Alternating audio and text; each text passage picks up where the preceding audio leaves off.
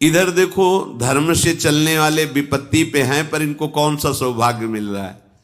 और इधर हस्तिनापुर में कर्ण, शकुनी, दुर्योधन, दुशासन ये सब बैठे बड़ा मनोरंजन कर रहे हैं। अब चक्रवर्ती सम्राट युधिष्ठिर का वैभव सब प्राप्त हो गया अजूबे में। इनने दुर्योधन से कहा कि बहुत अच्छा हुआ तुम्हारे पराक्रम से पांडवों का ये जो दुर्दशा स्वरूप सुनने को मिल रहा है, बड़ा सुख मिल रहा है। ये दुष्ट हृदय वालों को, जब साधु हृदय वाले चिंतित होते तो उनको लगता है बड़ा सुख मिल रहा है, पर ये नहीं समझते कि अपने लिए वो बीज बो रहे हैं जो किसी भी तरह नहीं, अगर बचा सकते तो वही बचा सकते, दूसरा नहीं, जिसके प्रति तुम ऐसा चिंतन कर रहे हो। इनको वनवासी बना दिया और तुम चक्रवर्ती सम्राट के भोग भोग रहे हो। महाराज तुम इसी योग्य हो और वो पांडव इसी योग्य है। आज तो पर्वत, वन, उद्यान, स्थावर जंगमों सहित सारी समुद्र पर्यंत पृथ्वी तुम्हारे अधीन है। पूर्व, दक्षिण, पश्चिम, उत्तर दिशा के सभी राजा तुम्हारे को कर देते हैं जो युधिष्ठिर को देते थे। आज इस भूमंडल पर कोई नहीं महाराज दुर्योधन जो तुम्हारी आज्ञा का उल्लंघन कर सके। पांडवों की तो बड़ी दुर्दशा हो रही है, कोई सुख नहीं है, वन में बड़ा कष्ट भोग रहे। महाराज सुनने में आया है कि वो द्वैतवन सरोवर के तट पर वनवासी ब्रह्म ऋषियों के साथ वहां रह रहे हैं और आप तो उत्कृष्ट राज्य लक्ष्मी से सुशोभित हो रहे हैं, तो हमें लगता है वहां चला जाए, बड़ा मौज ली जाए। जब आप उनके सामने ऐसे राज पोशाक में अपनी पत्नियों के साथ हंसते खेलते हुए तो उनकी छाती जलेगी, और जब उनकी छाती जलेगी तो हमारी छाती शीतल होगी। शकुनि ने, दुशासन ने, कर्ण ने ऐसी सलाह दी। तुम इस समय राज वैभव से संपन्न हो, राज्य से भ्रष्ट है, चलो चलते इस दशा में उनको जलाते हैं। भूल कर भी कभी ऐसा मत सोचना कि कोई ऐसी परिस्थिति में फंसा है, चलो मौज लेते हैं। ऐसा करोगे ना तो तुम परिस्थिति में फंस जाओगे। कर्ण ने कहा कि राजन, अपने शत्रुओं को दुर्दशा में देखकर जो प्रसन्नता होती है वो न धन से होती, न पुत्र से होती, न राज्य से होती है। आज हम लोग चलते हैं और यही सुख लेते हैं, अपने शत्रुओं को जलते हुए देखेंगे।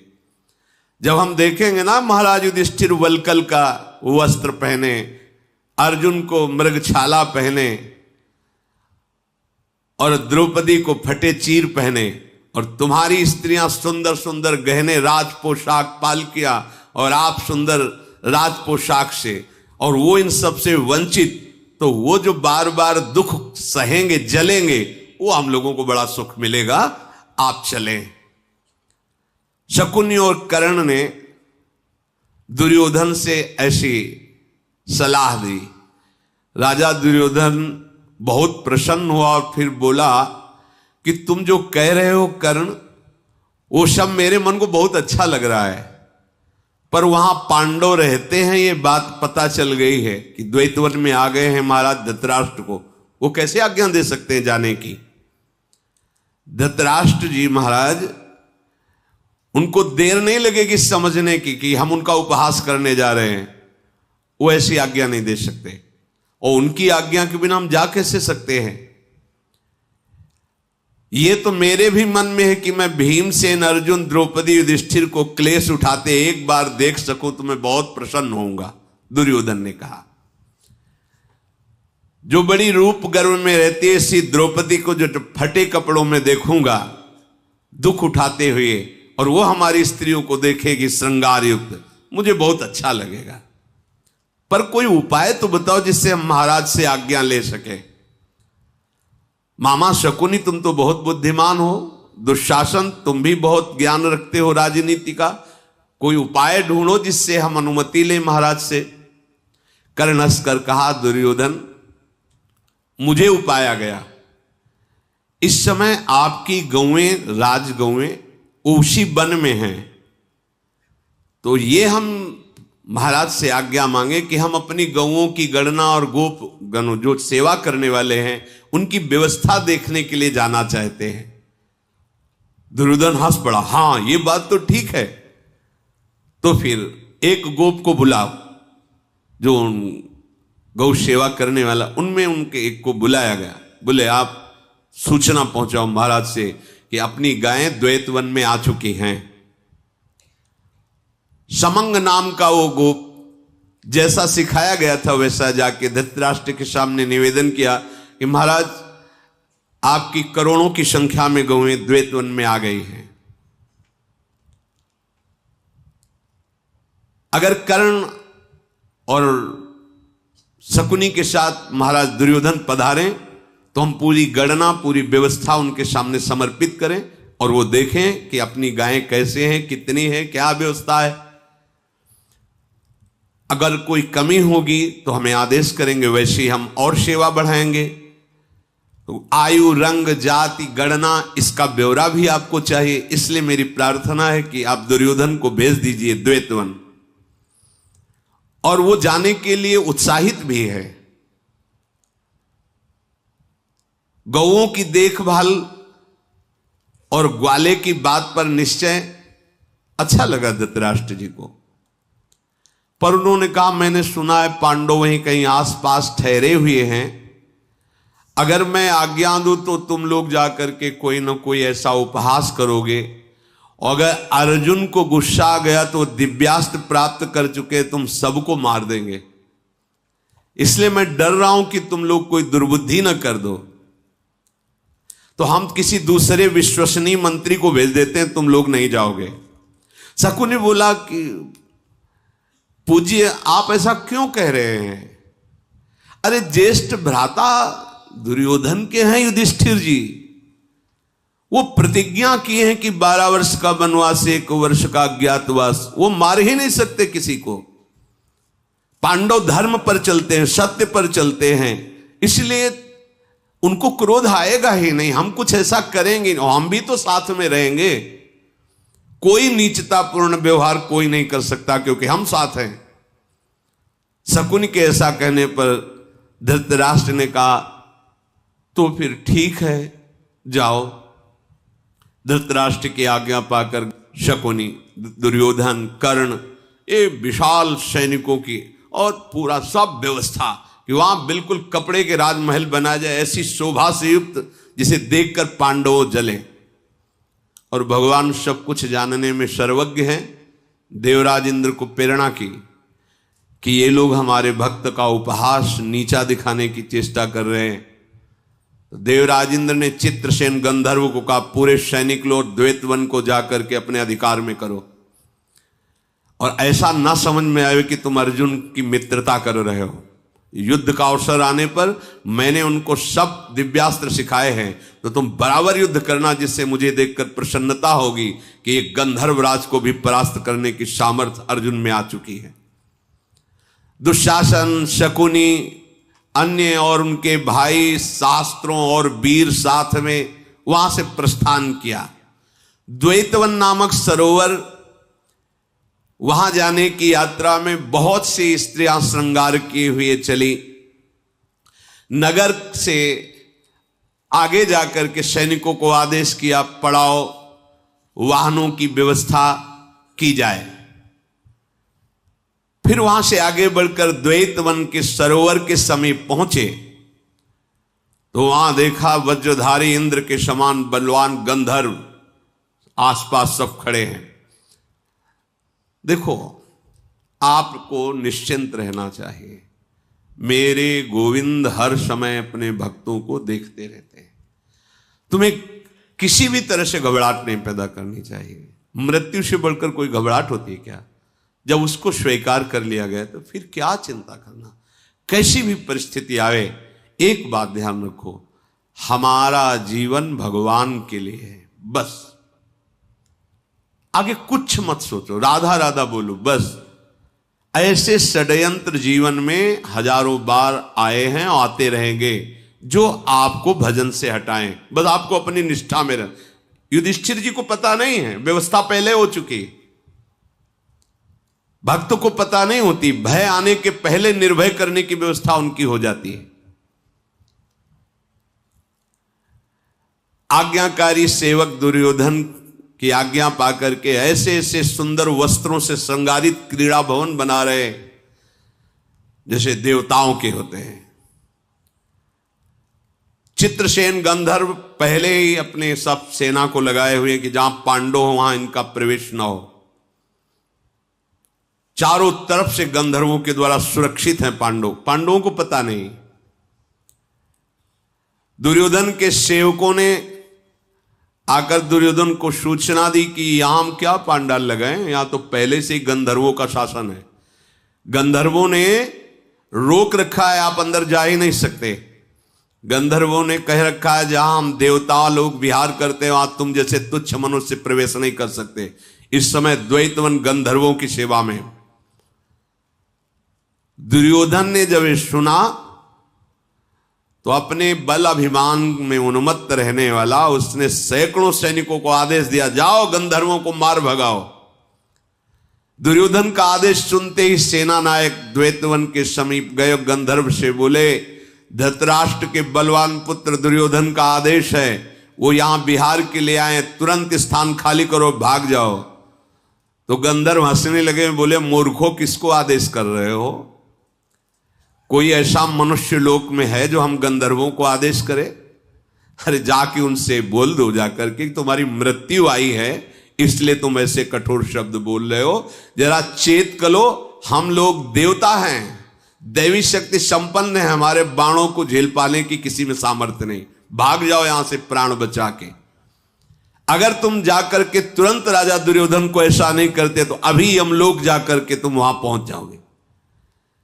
तदनंतर वो सब भागे, दुर्योधन के पास आए और कहा कि गंधर्व ऐसे कठोर वचन बोल रहे हैं। गंधर्वों के द्वारा अपनी सेना को रोकी जाने सुनकर बड़ा गुस्सा हुआ कि मैं जिस कामना से आया था उसमें तो बाधा पड़ गई। उसने कहा, एक गंधर्व केवल धमकी दे रहे हैं, कुछ नहीं कर सकते हैं। साहब अपने अपने अस्त्र लो और गंधर्वों को मार डालो। और सिंहनाद करते हुए कौरव गंधर्वों की तरफ दौड़ पड़े। और गंधर्वराज चित्रसेन आकाश में सब चुपचाप देख रहे हैं, सेना भूमि पर लगी हुई है। उन्होंने आदेश किया गंधर्वों को, इन दुष्टों का तत्काल दमन करो, ये बहुत अभिमानी हैं। अब गंधर्व दुर्योधन के देखते देखते एक क्षण भर में उनकी सेना विध्वंस कर दी, भगदड़ मच गया पूरी कौरवों की सेना में। धृतराष्ट्र के जितने बलवान पुत्र से सब पीठ दिखा करके भागे। कर्ण जो बहुत डींगे हाँकता था, गंधर्वों की मार को सह रहा है, अभी भागा नहीं। कर्ण के ऊपर ऐसी भारी वर्षा बाणों की पर कर्ण उन सब बाणों को काट रहा है, बहुत बलवान है। चित्रसेन गंधर्व ने अपने बलवान सैनिकों से कहा, यह बाणों से नहीं, गांधर्वी माया का प्रयोग करो इसके ऊपर। अब वो इस माया का वो रहस्य अर्जुन को सब पता है, ये स्वर्ग में रह के सब सीखा है। दुर्योधन, सुबल पुत्र शकुनी, दुशासन, विकर्ण, धृतराष्ट्र के जितने पुत्र सहयोगी, इन सब के ऊपर भयंकर पत्थरों की वर्षा शुरू हो गई। कहीं कहां से आ रहे, कैसे आ रहे, कुछ दिखाई नहीं दे रहा है। भयभीत होकर के सब भागने लगे। गंधर्व लोग उछल पड़े। युद्ध की पद्धतियों के ज्ञाता मायामय अस्त्र के द्वारा करों पर ऐसे जैसे कोहरा छा जाता है, ऐसे मार, मुदगल की, बाण की, पत्थरों की वर्षा। घायल हो गए, मर गए, भाग गए कौरवों के सैनिक। पर अचल भाव से सूर्यपुत्र कर्ण युद्ध भूमि में डटा रहा। दुर्योधन, कर्ण और शकुनी ये उस समय घायल हो चुके थे पर वो डटे रहे युद्ध में। ढाल और तलवार लेकर रथ से कूद पड़ा कर्ण। जब गंधर्वों ने उसके रथ को नष्ट कर दिया, अब प्राण बचाने के लिए उसने देखा कि मेरे तलवार और ढाल से क्या होगा, ये तो माया में युद्ध करने वाले हैं। तो विकर्ण के रथ पर बैठकर कहा, जल्दी से हस्तिनापुर ले चलो, मेरे प्राण बचाओ, नहीं तो मार डालेंगे। भाग पड़ा कर्ण भी। गंधर्वों ने जब देखा कर्ण भाग रहा है, दुर्योधन ने देखा कि सारी सेना भाग रही है, सब मेरे भाई पीठ दिखा के भाग रहे हैं और गंधर्व उत्साह होकर बाणों की वर्षा दुर्योधन पर करने लगे। घेर लिया चारों ओर से, रथहीन कर दिया दुर्योधन को और धरती पर गिराकर उसके केस पकड़ करके उसको बांध लिया दुर्योधन को।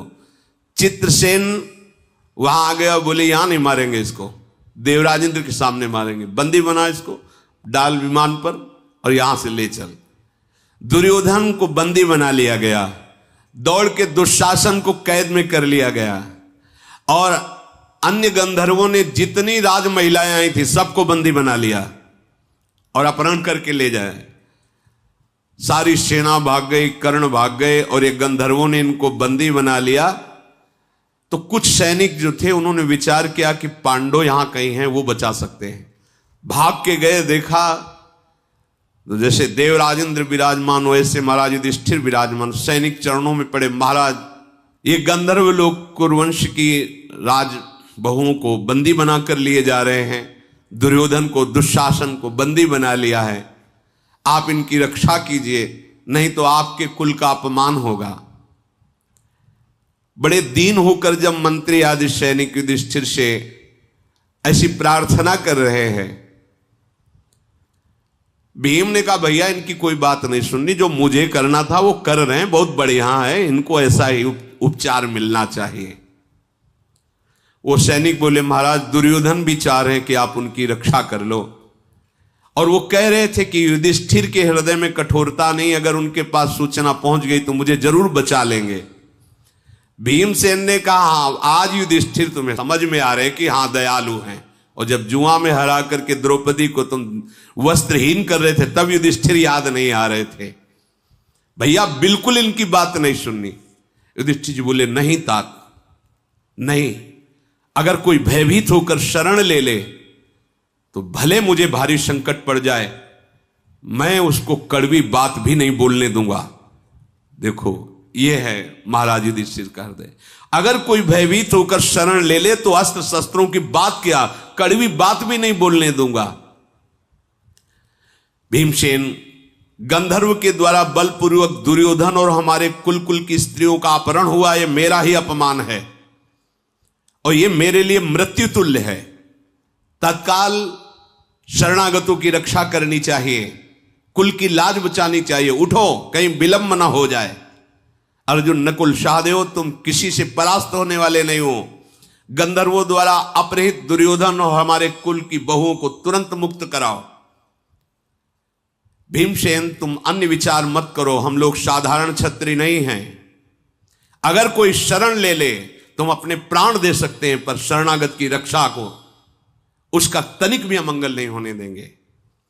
भीमसेन पहले का वैर स्मरण करते हुए युधिष्ठिर जी से लाल आंख करके बोले महाराज इस दुष्ट के लिए आप ऐसा बोल रहे हो, आप कह रहे हो उसकी रक्षा करो, बड़ा अच्छा हुआ महाराज, आपको उदास होने की जरूरत नहीं, जो काम हमें करना था गंधर्व लोग कर रहे हैं।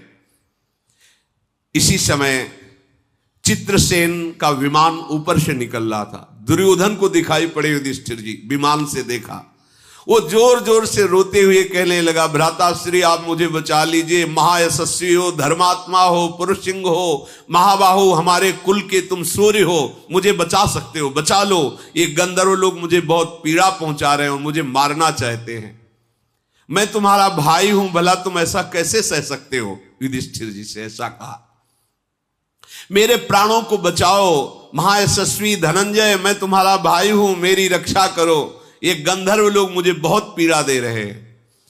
देखा कि विमान में क्रंदन करते हुए ऐसे जा रहा है। युधिष्ठिर जी ने कहा अब बस हो गया, तत्काल अपने अपने अस्त्र लो और गंधर्वों को पहले विनय करो, इनसे देवता हैं, छोड़ दें, अगर नहीं छोड़ते तो भी दिव्यास्त्रों का प्रयोग करो, दौड़ो, बचाओ, इनकी तुरंत रक्षा करो।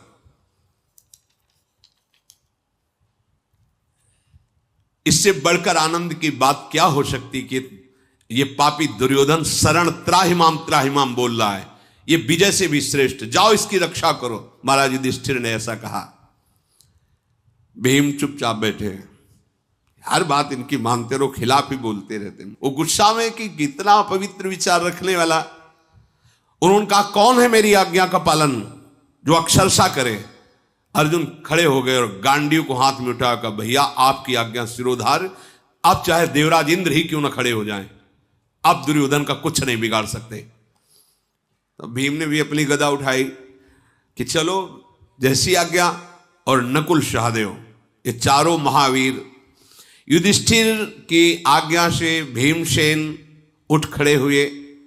समस्त महारथियों ने तत्काल अपने अभेद्य कवच धारण किए, दिव्यास्त्र लिए और जो कौरवों के रथ जिनसे सैनिक छोड़ के भाग गए थे उन रथों को लिया। मानो अग्नि विराजमान हो गई, ऐसा ज्वाजल्यमान अर्जुन का तेजस्वी स्वरूप। पांडव उन पर आरूढ़ हुए। फिर तो भयंकर गर्जना करते हुए गंधर्वों ने चारों तरफ से पांडवों को घेर लिया। परम बुद्धिमान राजा युधिष्ठिर के पहली आज्ञा थी कि कोमल वचनों के द्वारा उनको पहले मनाओ, देवता है।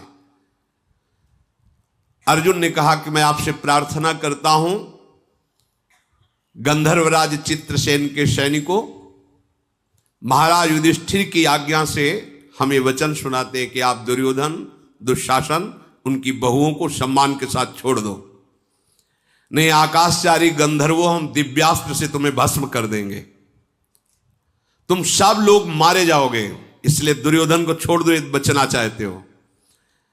अर्जुन के कहने पर गंधर्वों ने कहा, भूमंडल में कोई ऐसा व्यक्ति पैदा ही नहीं हुआ कि हम गंधर्व तुम्हारी आज्ञा का पालन करें। हम तो केवल अपने नायक चित्रसेन गंधर्व की आज्ञा पालन करते हैं।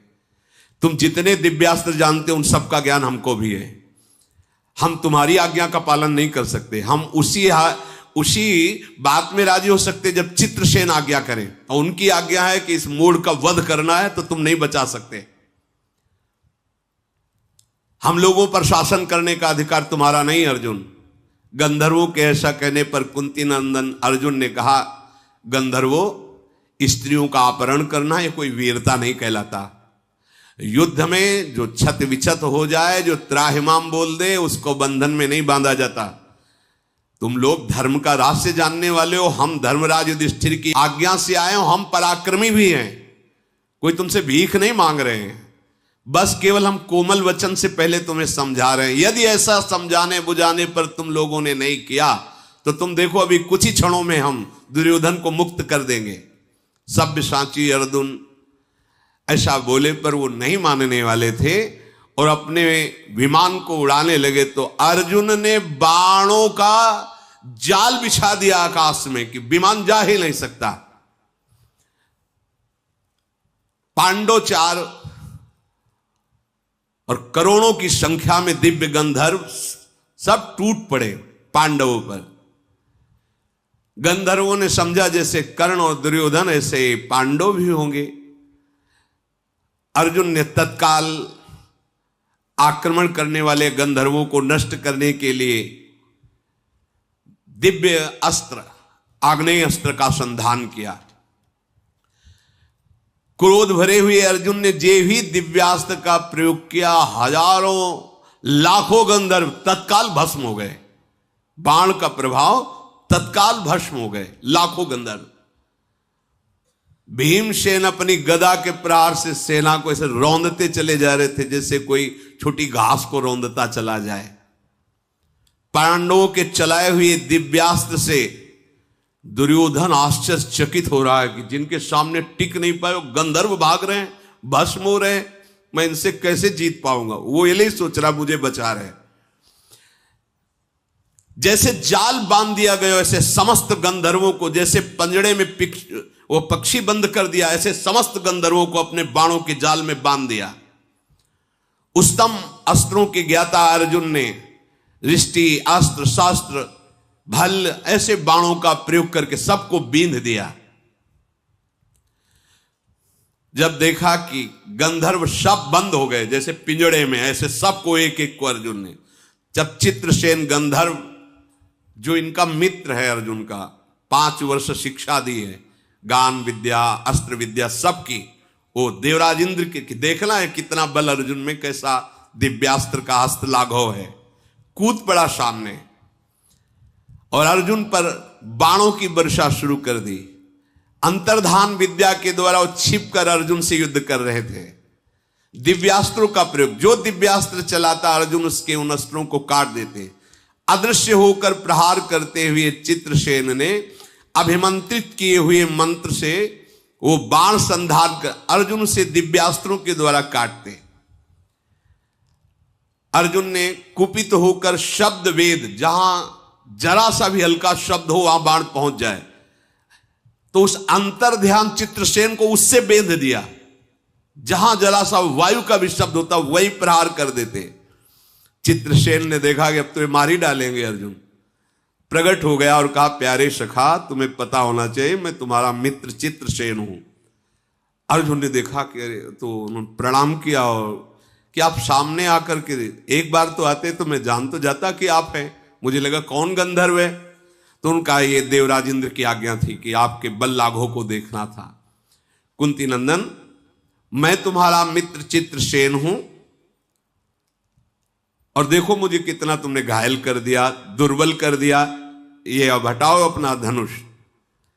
और जितने भी दिव्यास्त्रों का उपसंहार किया देखकर मुझे बहुत अच्छा लगा कि तुम परम प्रवीण हो गए हो। गंधर्वराज चित्रसेन, भीमसेन, अर्जुन, नकुल, सहदेव ये महाराज युधिष्ठिर के पास पहुंचे, हाथ पीछे बंधे हुए, घुटनों के बल दुर्योधन को सामने, उनकी स्त्रियों को, सबको कहा तुम तत्काल इनको खोलिए। अर्जुन ने तत्काल खोल, आराम से बैठ जाइए। आपको विशेष दुख तो नहीं हुआ? युधिष्ठिर जी ने पूछा। स्त्रियों सहित दुर्योधन सर झुकाए हुए बैठा, उसको लग रहा है पृथ्वी फट जाए तो मर जाऊं। जिनका मैंने बुरा किया वो मुझे इतना प्राण रक्षा की। चित्रसेन ने कहा, महाराज आपको पता है मैंने ऐसा क्यों किया? ये दुष्ट पापी, इसका अभिप्राय था कि आकर आप लोगों का उपहास करता। तो ये पहले ही भगवत प्रेरणा से देवराज इंद्र को पता चल गया था, इसलिए हमें आदेश किया था। इस अवस्था में आपने इसकी रक्षा की। इसने जो यशस्विनी द्रौपदी की हंसी उड़ाई है, इसका दंड यही कि इसको ऐसे ही मारा जाता, पर आप कृपालु इसलिए बचा लिया। चित्रसेन, नहीं नहीं, कदापि नहीं। जो एक बार मेरे से कह दे कि मैं आपकी शरण में आ गया हूं, मैं उसका कभी अमंगल नहीं होने दे सकता। तुम अर्जुन की प्रिय सखा हो और अर्जुन तुम्हारा शिष्य भी है, तुमने सिखाया है। देवराज की आज्ञा मान करके तुमने जो ऐसा किया ठीक है। अब आप जाओ और देवराज से मेरा प्रणाम कर देना, सकुशल। अर्जुन बोले, चित्रसेन कैसा भी हो दुर्योधन है तो हम लोगों का भाई ही। आपने धर्मराज के आदेश का पालन किया, आपने इसे मुक्त किया, मुझे बहुत अच्छा। बोले, धनंजय भाई नहीं, आप इसे कुछ भी बोलो, ये पापी, ये फिर भी पाप ही करेगा। ये चाहे जितना इसको आप सुख देने की चेष्टा करें, ये मतवाला होकर आपको कष्ट ही देगा। उचित तो यही था कि इसका हम वध कर देते। धर्मराज युधिष्ठिर ने कहा, नहीं नहीं। चित्रसेन ने कहा, देखा धोखा नहीं देखा, द्रौपदी के साथ कैसा बर्ताव, फिर भी आप कह रहे नहीं नहीं। धर्मराज युधिष्ठिर ने कहा, इसका कुटिल स्वभाव इसको जलाएगा। नहीं, हम सबका वो चाहिए कि धर्म से, इसका स्वभाव, कितनी क्षमता हृदय में है। तदनंतर सब लोग युधिष्ठिर जी के पास बैठे हुए हैं। अजातशत्रु युधिष्ठिर अपने जो कंदमूल, फल और बटलोई के प्रभाव से सबको पवाया। घायल थे, पवाया, औषधियां लगवाई जंगली, क्योंकि ऋषि जन भी हैं, और कहा तुम सुखपूर्वक हस्तिनापुर को जाओ और राज्य भोगो। ऐसी उद्दंडता मत किया करो। कितना विशाल हृदय, मतलब था ही नहीं लगती कि ये साधु स्वभाव वाले महापुरुषों का हृदय कैसा होता है। तुम प्रसन्न रहना, कभी दुख मत पाना, युधिष्ठिर जी कह रहे। जाओ अपनी इन बधुओं को लो, और ये बात महाराज को न पहुंच पावे, नहीं तो उनको बड़ा दुख होगा। कितना ध्यान रखते हैं युधिष्ठिर जी। तुम बंधन मुक्त हुए, फिर कभी ऐसा दुस्साहस न करना। और हम लोग आपसे प्रार्थना करते हैं कि तुम्हारा कभी अमंगल नहीं सोचते, आप बेईमानस्य मत रखो, ऐसी कोई चेष्टा मत करो, जिससे तुम्हारा मंगल हो जाए। युधिष्ठिर की ऐसी आज्ञा पाकर के उसने पैर छुए, झुक करके। युधिष्ठिर बड़े भाई भी तो है ना, पैर छुए, कुछ बोला नहीं, बस गर्दन ऊंची नहीं कर सकता, पैर छुआ और ऐसा लज्जित हो रहा है। आगे बढ़ा अपनी पत्नियों भाइयों को लेकर के, लज्जा से मुंह नीचा, खिन्न है। उसको लग रहा है कि अगर पृथ्वी फट जाए, मैं मर जाऊं तो अच्छा, जिनका मैंने अहित किया उनके द्वारा मेरी रक्षा हुई। अब जो जो सैनिक मिलते महाराज की जो कहे चुप रहो। आगे जैसे जैसे बढ़ता तो जो भागे हुए सैनिक थे सब, महाराज आप विजय को प्राप्त हुए, उसको ऐसा लगता है जैसे कोई थप्पड़ मार रहा हो। सारी शोभा नष्ट हो गई। कर्ण भाग कर आए, बोले मुझे पता था कि मेरा जो मित्र दुर्योधन है वो विजय प्राप्त करेगा गंधर्वों से। ये सौभाग्य की बात है कि तुमने पीठ नहीं दिखाई, मैं तो भाग पड़ा, लेकिन तुम विजय प्राप्त करके आ गए। देखो देखते देखते तुमने गंधर्वों को भगा दिया। बस मैं यही चाहता हूं मेरा मित्र ऐसा ही विजयी हो। दुर्योधन रोने लगा। दुर्योधन ने कहा तुम्हें पता है मैं विजयी नहीं हुआ, मैं बांधा गया था, जान से मार दिया जाता, मेरी पत्नियों को बंदी बना लिया। तात तुम्हें पता नहीं मेरे प्राणों की रक्षा पांडवों ने की है। धिक्कार है हमारे पराक्रम को, धिक्कार है हमारे जीवन को। मेरे भाइयों सहित मेरी पत्नियों की रक्षा की पांडवों ने। कर्ण के होश उड़ गए। अरे उन मायावी गंधर्वों के सामने मैं एक क्षण भी खड़ा रहने लायक नहीं था। उन्हीं गंधर्वों को देखते देखते अर्जुन ने परास्त कर लिया और मुझे बंधन से मुक्त कर लिया। अब मैं नहीं, अब तो मैं यहीं मरूंगा, न हस्तिनापुर जाऊंगा, न किसी से बात करूंगा।